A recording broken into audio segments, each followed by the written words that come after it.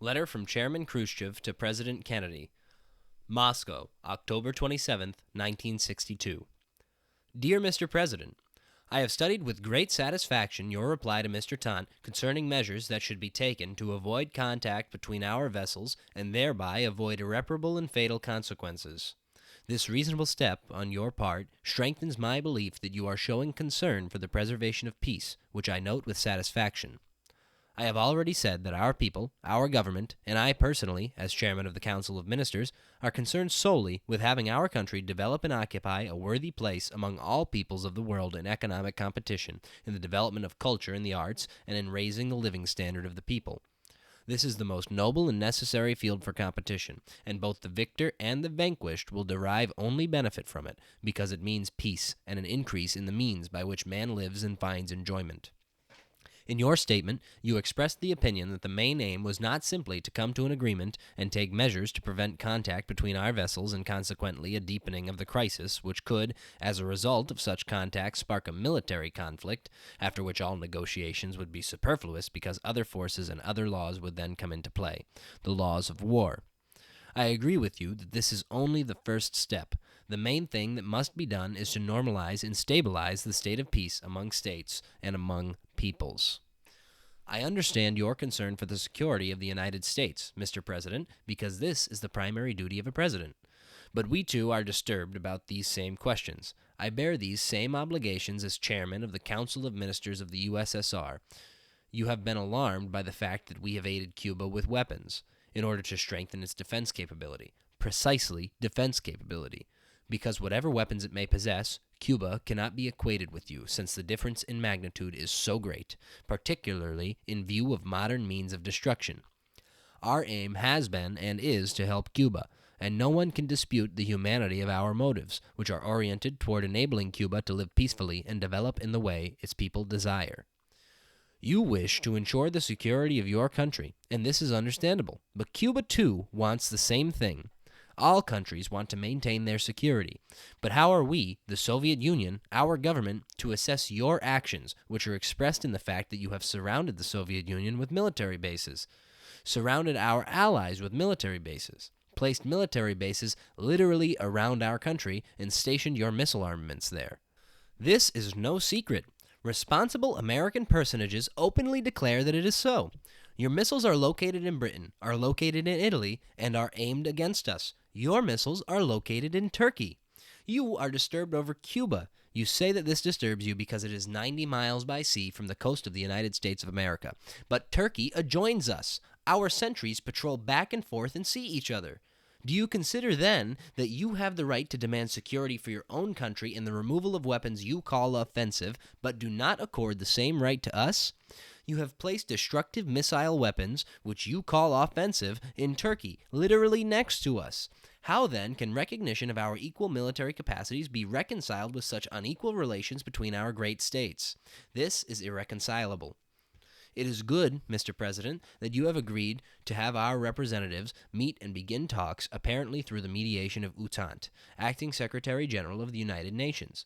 Consequently, he, to some degree, has assumed the role of a mediator, and we consider that he will be able to cope with this responsible mission, provided, of course, that each party drawn into this controversy displays good will.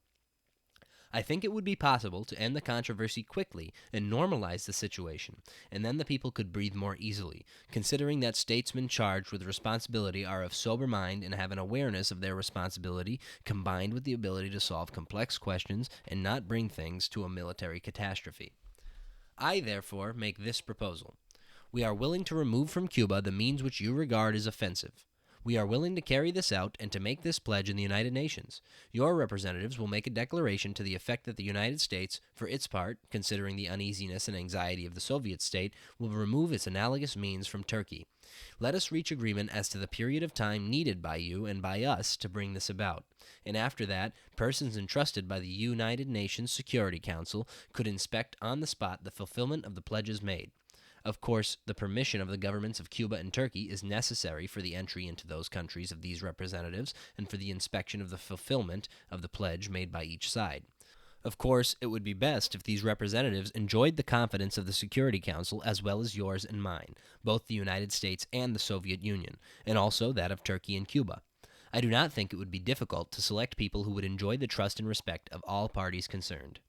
We, in making this pledge, in order to give satisfaction and hope of the peoples of Cuba and Turkey, and to strengthen their confidences in their security, will make a statement within the framework of the Security Council to the effect that the Soviet government gives a solemn promise to respect the inviolability of the borders and sovereignty of Turkey, not to interfere in its internal affairs, not to invade Turkey, not to make available our territory as a bridgehead for such an invasion, and that it would also restrain those who contemplate committing aggression against Turkey, either from the territory of the Soviet Union or from the territory of Turkey's other neighboring states.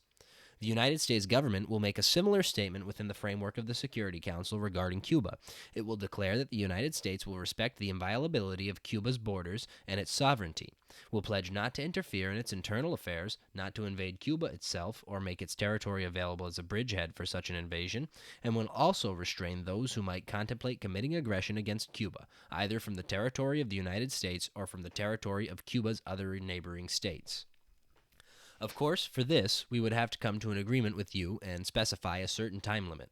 Let us agree to some period of time, but without unnecessary delay, say within 2 or 3 weeks, not longer than a month. The means situated in Cuba of which you speak and which disturb you, as you have stated, are in the hands of Soviet officers. Therefore, any accidental use of them to the detriment of the United States is excluded. These means are situated in Cuba at the request of the Cuban government and are only for defense purposes. Therefore, if there is no invasion of Cuba or attack on the Soviet Union or any of our other allies, then of course these means are not and will not be a threat to anyone, for they are not for purposes of attack. If you are agreeable to my proposal, Mr. President, then we would send our representatives to New York, to the United Nations, and would give them comprehensive instructions in order that an agreement may be reached more quickly. If you also select your people and give them the corresponding instructions, then this question can be quickly resolved. Why would I like to do this? Because the whole world is now apprehensive and expects sensible actions of us.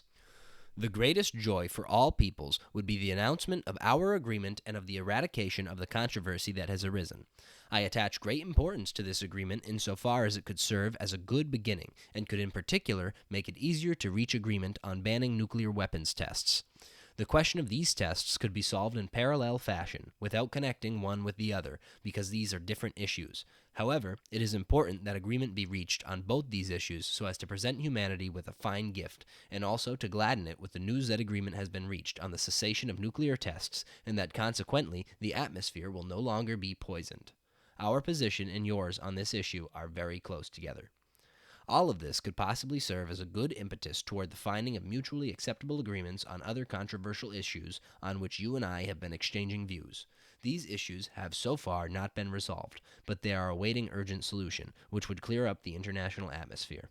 We are prepared for this. These are my proposals, Mr. President. Respectfully yours, Nikita Khrushchev.